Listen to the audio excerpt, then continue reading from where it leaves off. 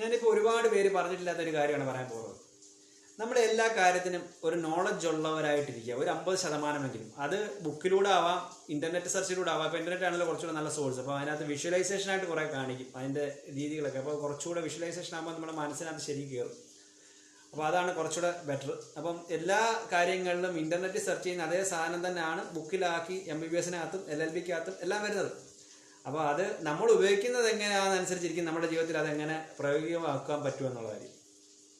എപ്പോഴും നമുക്കെല്ലാം അറിയാമെന്നുണ്ട്. ഒരു 50% കാര്യങ്ങളൊക്കെ അറിയാമെന്നുണ്ടെങ്കിൽ നമ്മളെ ഈ ലോകത്തുള്ള ഒരു കാര്യത്തിനും നമ്മളെ പേടിപ്പിക്കാൻ പറ്റത്തില്ല എന്നുള്ള കാര്യം നമുക്ക് ആദ്യം മനസ്സിലാക്കും. നോളജ് ഉള്ള ആൾക്കാരെ ഒരു കാര്യത്തിനും പേടിപ്പിക്കാൻ പറ്റത്തില്ല.